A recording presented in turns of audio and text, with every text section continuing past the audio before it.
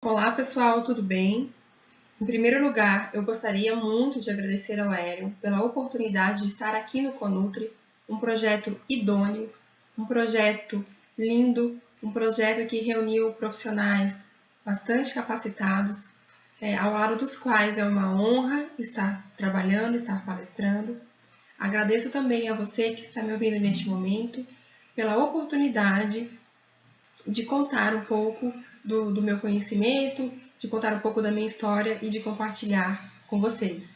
Muito obrigada.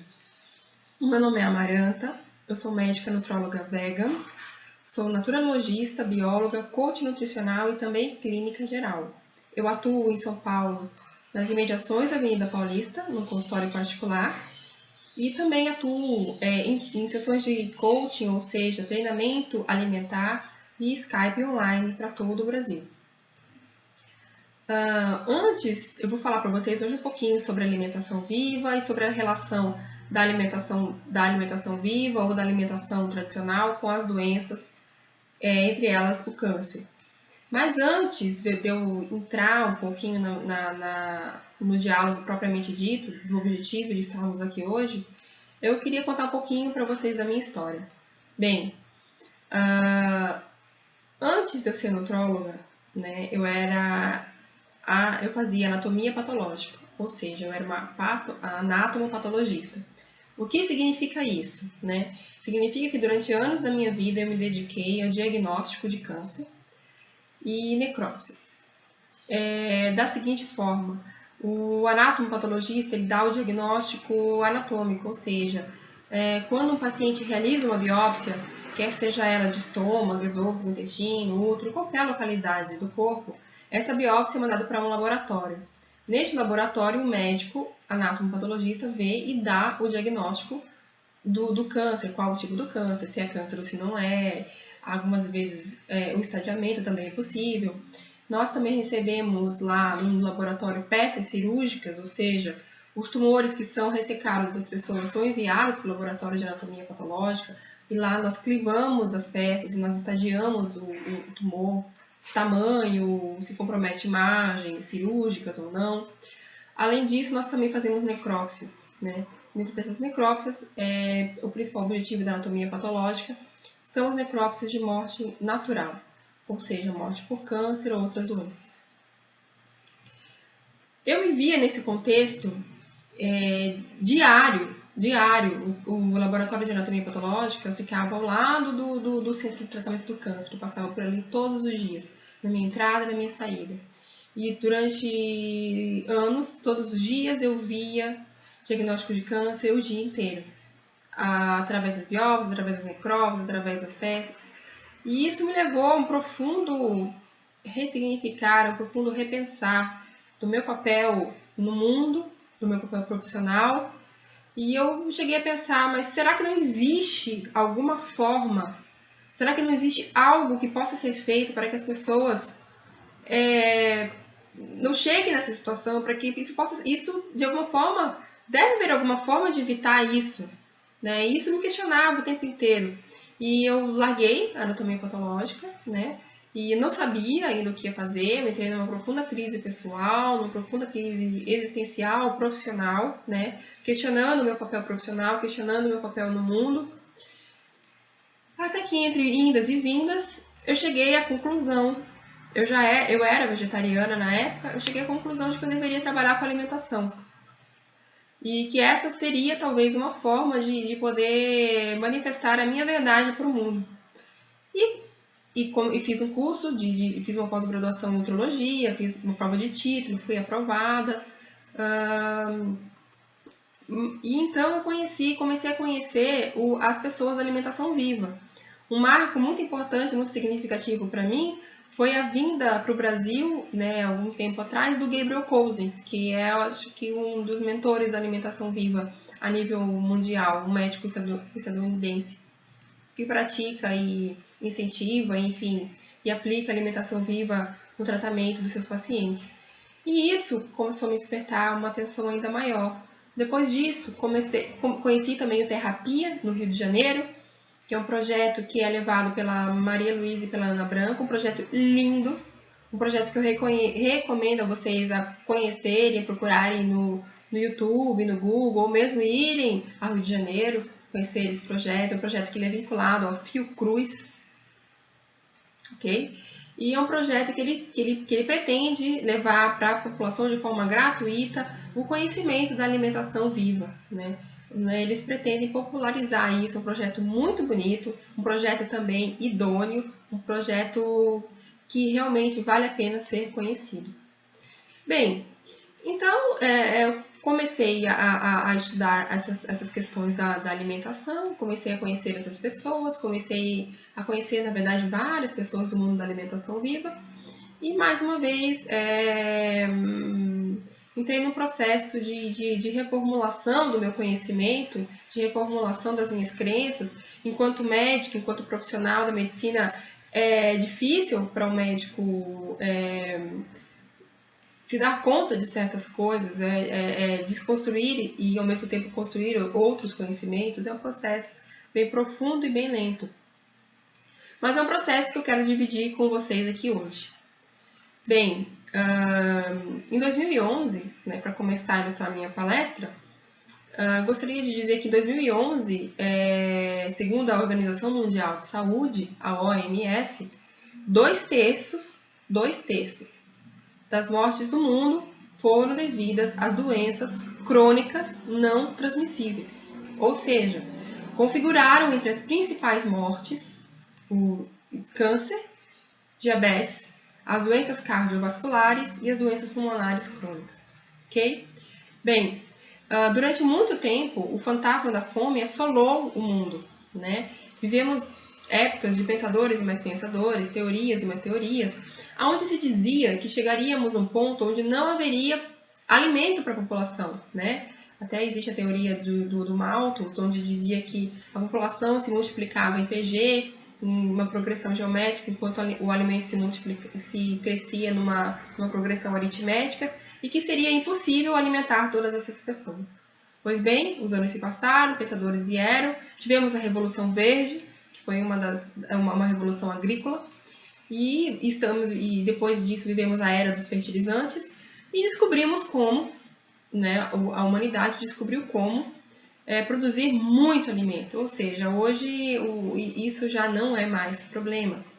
Então, já se morre de fome ainda, mas menos do que se morre pelo excesso do alimento, né? E este morrer de fome é devido muito mais a questões políticas enfim, questões socioeconômicas, que não vem ao caso neste momento, do que propriamente a questões de fartura ou escassez de alimentos. Bem, conseguimos então conquistar a Revolução Verde, conseguimos distribuir esses alimentos, conseguimos fazer com que eles chegassem à mesa das pessoas. Porém, e aí, paralelamente a isso, desenvolvemos vacinas e as doenças infecto-contagiosas, elas diminuíram a sua prevalência. Principalmente isso é verdade nos países mais desenvolvidos ou nos países que alcançaram um bom nível de desenvolvimento, como o Brasil, né? Sendo que essas doenças mais infecto-contagiosas, mais epidêmicas, enfim, elas são mais verdadeiras nos países mais pobres, assim como a fome. E no resto do mundo, na maior parte do mundo, o que prevalece é justamente as mortes pelo excesso do alimento.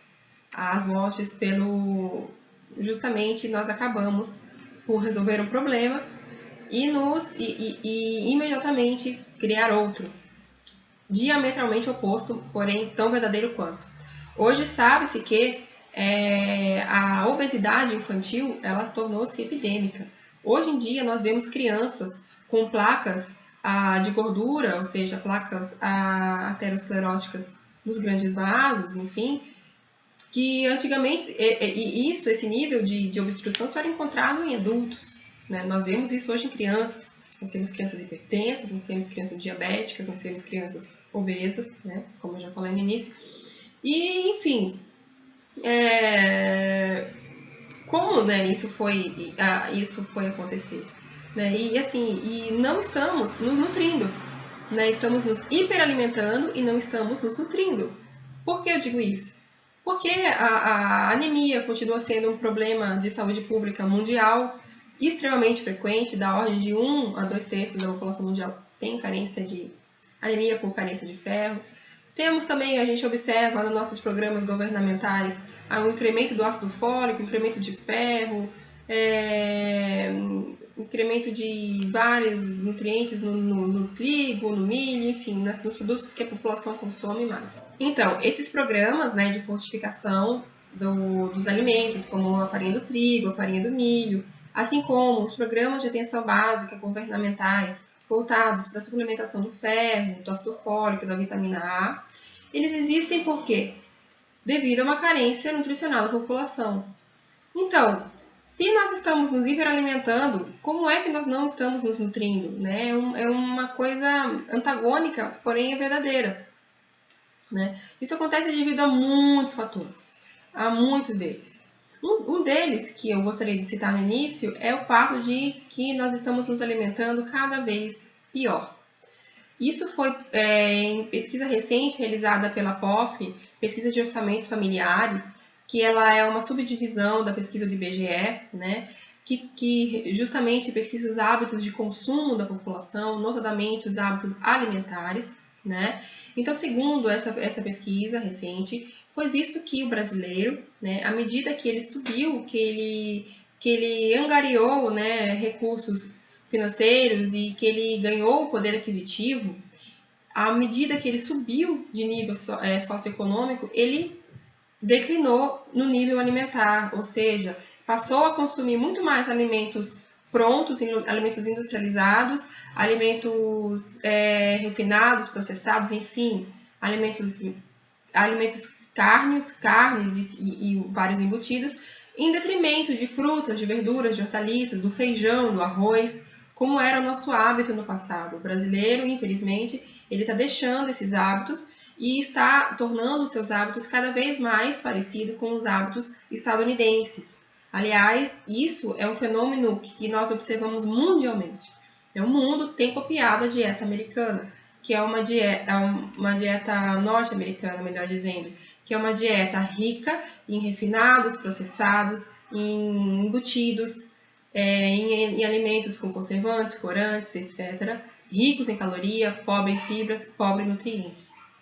Isso tanto é verdade que nós observamos nos países orientais, em alguns dos países orientais, que quando eles passaram a deixar de lado as suas dietas tradicionais, né, em prol da alimentação, de seguir o modelo americano, ou seja, norte-americano, cheio de laticínios, de gorduras saturadas e por aí vai, que eles começaram a ter uma prevalência muito maior de câncer de colo. O câncer de colo, nós sabemos que é um câncer que ele, comprovadamente, ele está ligado à alimentação. Principalmente, ele está ligado ao consumo de carnes, de gorduras saturadas e de poucas fibras. Né? E esse tipo de câncer, o câncer de colo, no Brasil, né, trazendo para um retrato nacional, ele é o terceiro tipo de câncer em homens, segundo tipo de câncer em mulheres, em termos de prevalência, né, de doenças. E é um câncer que ele pode ser totalmente, né, se não evitável, com uma adoção de uma alimentação melhor. Né? Nós também temos outros tipos de cânceres que também se relacionam muito com a alimentação, além do câncer de colo. Temos o câncer de próstata e de mama, né, que são tumores hormônio dependentes. Temos o tumor de estômago, o tumor de esôfago, né, alguns tipos de câncer de pulmão também. Disse que cerca de 30 a 60% dos cânceres que as pessoas têm, eles são possivelmente evitáveis através de adoção de hábitos alimentares e de um estilo de vida mais saudável. O sedentarismo também causa muito câncer, muitos tipos de câncer. O de mama é um deles.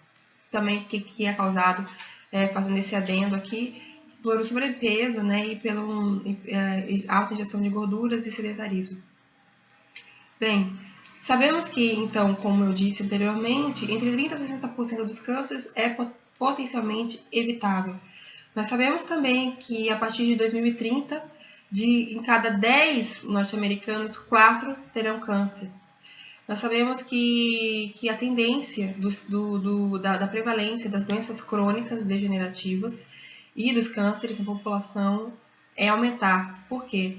Pois à medida, né, como eu falei anteriormente, à medida em que a população ela vai angariando mais recursos financeiros, à medida em que os países eles vão se destacando, vão se desenvolvendo mais, vão tendo mais recursos, as pessoas passam a adquirir mais alimentos processados, em detrimento dos alimentos naturais, dos alimentos frescos, dos alimentos ricos em fibras. E isso, infelizmente, é uma coisa que ela vem acontecendo. Nós não estamos mais morrendo, né, como antigamente, de fome, de malária, como é uma realidade em muitos países africanos, de doenças epidêmicas. Estamos morrendo realmente pelos nossos hábitos, né, pelos nossos maus hábitos.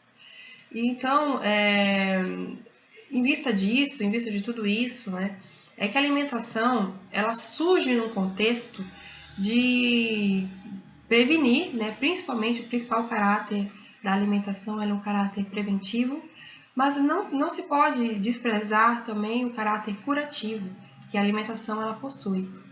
Tanto é que existe, né, o SUS, o Sistema Único de Saúde, ele recebeu as PICs, Práticas Integrativas e Complementares, a partir de 2006, que foi um programa, uma política nacional, a qual instituiu as práticas integrativas e complementares como modos de ajudar a população, né, a trabalhar as suas questões de saúde, né?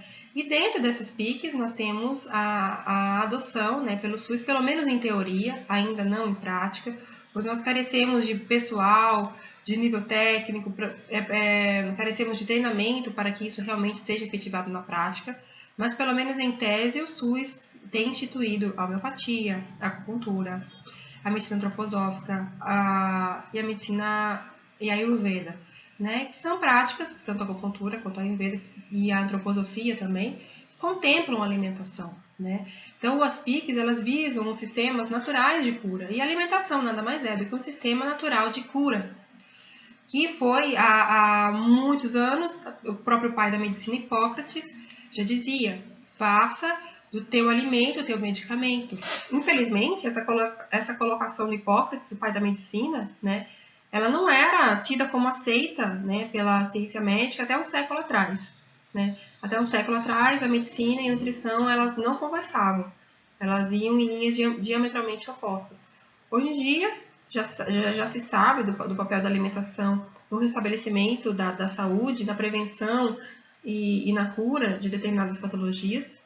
E as duas ciências elas já têm se agregado e já têm conversado. Então, diante disso, é que eu proponho que o paciente oncológico, quer seja a terapia que ele escolha, rádio, quimioterapia, que o paciente diabético, o paciente hipertenso, que o paciente portador de doenças crônicas, que ele realmente possa ter uma orientação, ter um treinamento alimentar, para que ele possa rever os hábitos, porque justamente a somatória dos seus hábitos e condicionamentos errados, antigos, foram em grande parte responsáveis pelo desencadeamento daquela doença. Então, mudando esses hábitos, se não restabelecer totalmente a saúde, vai poder ajudar e muito, né, na melhoria, vai ajudar o sistema imunológico do corpo a se restabelecer. Então, nós sabemos que uma alimentação, ela basicamente baseada em vegetais, em crus, frutas e verduras, e ela preserva os seus nutrientes. Porque no cozimento, né, e segundo o Instituto de Pesquisas Nutricionais da Alemanha, o Instituto Max Planck, até 80% dos nutrientes presentes nos alimentos, entre eles fibras e enzimas, eles se perdem no processo do cozimento. Então, comer os alimentos crus né, ele faria com que você ingira, né, uma grande quantidade desses nutrientes. Além disso, a alimentação viva ela é baseada nas sementes germinadas, nos brotos, né, e isso tem um potencial muito grande de restabelecimento e de regeneração do corpo. Além dessa questão nutricional que eu falei, existe a questão intestinal. As medicinas ancestrais, elas já vinculavam a saúde do intestino à saúde do corpo como um todo. Porém, a medicina convencional hegemônica, ela vem descobrindo isso recentemente, né? Nós temos até um médico brasileiro chamado Elion Povo, ele tem um livro, O Cérebro Desconhecido. Nesse livro, ele esclarece o verdadeiro papel do intestino na saúde humana. O intestino, ele é responsável pela maioria, pelo pool da produção das nossas células de defesa, né? Através do sistema GAUT, né? Como a sigla em inglês, uma abreviação para o sistema imunológico presente, para as células imunológicas presentes no intestino. Ele tem esse papel. Além disso, ele é responsável pela produção de neurotransmissores, pela maioria da nossa serotonina, e ele realmente é um cérebro. Ele decide o que entra e o que sai do nosso organismo. Nós nos alimentamos, mas o intestino é que tem o poder de decidir o que entra para as células, o que sai e o que vai sair. Então, sendo assim, na alimentação viva, ela tem esse papel também de preservação intestinal, através das bactérias simbióticas presentes nos alimentos crus, que não são destruídas pelo cozimento. Essas bactérias simbióticas, elas nada mais são do que bactérias que favorecem, bactérias amigas do nosso sistema imunológico, do nosso sistema intestinal, que foram selecionadas pela natureza ao longo de milhares e milhares de anos de evolução. Então, quando a gente coloca isso para dentro, isso favorece em grande parte a nossa produção, as nossas células de defesa também. E tudo isso favorece o sistema de regeneração e de cura do organismo, porque o corpo humano ele nada mais é do que uma máquina biológica altamente desenvolvida, altamente evoluída, que se regenera, que cicatriza, que tem o poder de nos defender contra vírus, contra bactérias, contra a toxina orgânica que for. Já as toxinas inorgânicas, ou seja, os aditivos químicos presentes hoje em dia nos alimentos, os agrotóxicos, né? O Brasil entra aí como um maior, se não um dos maiores consumidores de agrotóxicos do planeta. Por ano, cada brasileiro ingere chega de 4 litros de agrotóxicos, muitos deles proibidos em outros países. Além disso, a qualidade do ar, hoje em dia, é altamente poluída. Os nossos hábitos sedentários, os fatores estressantes das grandes cidades, tudo isso vem contribuindo para que, paralelo, né, a esse sistema, como eu já venho desde o início desenvolvendo com vocês, essa ideia da nossa alimentação ela ser pobre em nutrientes, né? Então, esse sistema altamente elevado de toxinas e pobre em nutrientes faz com que o corpo entre num processo de desnutrição e de toxicidade que favorece o desenvolvimento de todas as doenças, principalmente a doença do câncer, o câncer, que nada mais é do que um estado de desnutrição e de toxicidade. As medicinas antigas, principalmente a Ayurveda, já defende, né, há muito tempo que nós precisamos nos desintoxicar, né? E esse é um lema bem atual, né, um tema muito atual, se a gente for parar para pensar, e é um lema defendido pela alimentação viva, a desintoxicação através da alimentação. E através de técnicas que nós temos de se desintoxicar, principalmente as técnicas alimentares. É uma culinária muito gostosa, muito saborosa, baseada principalmente, como eu já disse, nos grãos, nas sementes germinadas, né? Também nas castanhas. E é uma técnica alimentar muito boa, bastante colorida, bastante cheirosa, bastante saborosa, que foi desenvolvido, a alimentação viva ela tem um sistema de culinária altamente desenvolvido, com chefs trabalhando nela, chefs de renome, chefs que estudaram fora do Brasil, inclusive, e que trazem pra gente uma comida deliciosa, saborosa, saudável, né? E de preferência orgânica, e sem derivados animais, né? Nós não utilizamos derivados animais. Por quê? Entre os derivados animais, o mais polêmico deles é o leite, né? O leite é rico em gorduras saturadas, em hormônios e outras coisas. Ele tem sido muito criticado por muitos profissionais de saúde, tem sido responsabilizado por um grande número de doenças. Com relação à carne, nós sabemos que as populações vegetarianas, notadamente as veganas, que são aquelas pessoas que excluem totalmente a carne da sua alimentação, ou seja, excluem o peixe e frutos do mar, frango e carne vermelha, não consumindo nenhuma dessas carnes, que essas pessoas elas conseguem diminuir as suas taxas de incidência de doença cardiovascular, de diabetes, de obesidade, de cânceres ligados à alimentação, e que angariam cerca de 10 anos nas suas expectativas de vida. E realmente, né, a alimentação viva, ela, ao pregar essa exclusão dos alimentos animais da alimentação e o aumento dos alimentos crus e das sementes dos grãos germinados, né, dessa maneira ela desenvolve-se, né, assim atribuindo e restabelecendo e orientando as pessoas nos seus hábitos de vida. Existem, né, 2 caminhos, né, para a gente chegar nisso, né? O caminho do amor, ou a gente vem por livre, espontânea vontade, ou muitas vezes a vida nos traz por algum problema, alguma doença, quer seja esse problema nosso, ou dos nossos familiares, ou de alguém, né, nos faz repensar nossas escolhas. Porque as nossas escolhas, ou nós fazemos nossas escolhas, ou elas nos fazem, né? Ou nós transformamos os nossos hábitos alimentares, nossos hábitos de vida, ou eles acabam por nos transformar, né? Eles acabam por nos transformar. Então, a alternativa mais plausível, que eu acredito, é que você, aos poucos, vá transformando seus hábitos de vida, né? Aos poucos, vá melhorando, vá introduzindo na sua alimentação, no dia a dia, mais alimentos crus, né? Começa com 10%, com 20%, com 30%, com 40%, com 50%, né? 100% a gente usa naquelas pessoas que realmente precisam curar alguma enfermidade, e para manutenção a gente faz cerca de 80% de crus, 20% de cozido, dá para fazer assim, né? E a pessoa pode vir aos poucos, começando a colocar brotos, começando a colocar germinados, começando com suco verde na sua alimentação, e aos poucos ir retirando os alimentos de origem animal, para que a pessoa realmente ela possa dar passo a passo, devagar, e respirar entre os passos, né? A mudança, há quem consiga fazer uma transformação radical do dia para a noite. Sempre tem pessoas que têm uma vontade, que têm um bem decidido, bem firme, que realmente conseguem fazer isso, mas para a grande maioria necessita ir mais devagar. Venha devagar, mas venha, né? Esse é um convite que eu faço para você que está me ouvindo agora, transformar a sua alimentação, porque ao transformar a sua alimentação, você transforma a sua vida, você realmente transforma a sua saúde.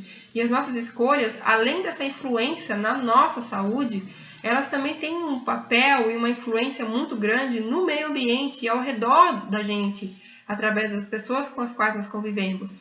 No meio ambiente, porque a carne, né, e os alimentos de origem animal, eles geram um impacto ambiental muito grande, né? Aí toda uma campanha para que a gente economize água, mas a própria produção da carne gasta muita água, né? A própria forma como os animais eles são tratados, tudo isso gera impacto, né? Os alimentos industrializados, refinados e processados, eles geram impacto ambiental, são cheios de embalagem, né? Geram que vão para o lixo, vão para um aterramento sanitário, vão realmente poluir o meio ambiente. Ao passo que uma fruta, uma verdura, um germinado, um grão, ele gera um resíduo orgânico que pode ser colocado numa planta depois e totalmente reaproveitado pela natureza, né? Existe um ganha-ganha nisso. Nós ganhamos, a nossa saúde ganha, o planeta ganha, os outros animais ganham, é um sistema ganha-ganha. E na vida, na natureza, a natureza ela funciona muito no sistema ganha-ganha, né? Eu vou dar um exemplo de uma árvore, né? Uma árvore ela cresce sustentada pela terra, né? E aí ela gera uma fruta. Essa fruta cai e realimenta a terra, né? A terra volta a ganhar e volta a se nutrir, porque se assim não for, a vida acabaria, né? E da mesma forma, a nossa vida funciona em equilíbrio com o sistema com o sistema no qual nós estamos inseridos, né? O ser humano hoje se distanciou completamente da natureza, se distanciou completamente dos hábitos que nós tínhamos, né? Que foram passados através da seleção natural ao longo das gerações, que estão incrustados no nosso DNA, né? Nós fomos, há um tempo atrás, antes da existência da eletricidade, o sol se pôs, nós dormíamos. Hoje em dia nós ficamos sobreexpostos aí à luz e superestimulados até altas horas da noite, não dormimos mais cedo, né? Hoje em dia nós não comemos mais uma comida que vem da horta pura, né? Nós comemos coisas que saíram daquela terra, saíram daquela horta, vão passar por um transporte, vão viajar milhares de quilômetros, às vezes viaja o mundo, né? E passa por uma fábrica, passa por uma indústria e volta pra gente através de uma embalagem, através de uma cápsula, através de seja lá o que for, que está bem distante, né, do que era para ser, do nosso contato primitivo como era para ser, né? Então, à medida que nós nos distanciamos disso, que nós nos distanciamos das nossas raízes ancestrais e biológicas, nós realmente estamos pagando um preço alto, né? Vejam como está o nosso mundo, né? O nosso mundo anda alta, as pessoas estão seriamente doentes, né? Quer fisicamente, quer seja mentalmente, emocionalmente, energeticamente, as pessoas elas estão gravemente enfermas, né? O nosso mundo ele está assim e ele exige de nós uma postura, uma retomada, em primeiro lugar, da nossa saúde, para que nós possamos realmente sermos agentes de transformação para as outras pessoas, né? Às vezes, muitas vezes, a doença, existe um médico alemão que eu gosto muito, é o Rutger Dahlke. Ele tem um livro chamado Doença como Caminho, né? Muitas vezes a doença, ela é nos dada como um caminho de transformação, né? Como uma oportunidade de transformação, né? Então, realmente, né, existe esse chamado para cura, né? Primeiramente para a nossa cura, depois para a cura do ambiente que nós vivemos. Nós estamos numa época, né, onde nós necessitamos muito restabelecimento do equilíbrio individual e coletivo, né, em todos os níveis em todos os corpos humanos, né, desde o físico até os corpos mais sutis, como eu já mencionei, emocional, físico e assim por diante. Então, esse é o convite que eu faço para vocês transformarem a alimentação. Eu tenho no meu site, vocês podem olhar lá uma palestra inteira que eu dei sobre como transformar a alimentação. Tem alguns passos, né, que você pode ir indo para transformar a alimentação, uma palestra gratuita. O meu site é o www.nutrocoaching.com.br, mas também tem, de uma maneira mais fácil, de você me encontrar pela fanpage no Facebook, Atendimento Vegetariano. Esse atendimento vegetariano também é meu e-mail, que é o atendimentovegetariano@gmail.com, que você também pode me encontrar por lá, pode mandar dúvidas por lá, que eu respondo na medida do possível, na medida do meu tempo, eu vou respondendo todas as dúvidas. E então, eu atendo presencialmente na cidade de São Paulo, como eu já disse no início, nas imediações da Avenida Paulista, e tenho um serviço via Skype de treinamento alimentar, onde eu oriento, onde eu ensino as pessoas nessa transformação alimentar, né? Principalmente, eu atendo todos os tipos de pessoas, não é preciso não comer carne ou ter uma patologia para que eu atenda, não é isso. Mas o foco do meu trabalho é na alimentação sem derivados animais, quer seja ela cozida ou crua. E eu atendo via Skype, faço essa orientação alimentar para todo o Brasil. Então é isso. Eu espero que vocês tenham realmente gostado e curtido a palestra. Foi um prazer estar aqui com vocês. Eu gostaria de agradecer a cada uma de vocês que me ouviu até aqui. Gostaria de dar os parabéns e de dizer que é uma honra participar aqui com os outros palestrantes. Agradeço a você, Érion, também por essa oportunidade de estar aqui no Conutri. E é isso aí. Espero que vocês apreciem as outras palestras e que vocês realmente instituam novos hábitos nas suas vidas. Muito obrigada pela atenção. Até a próxima.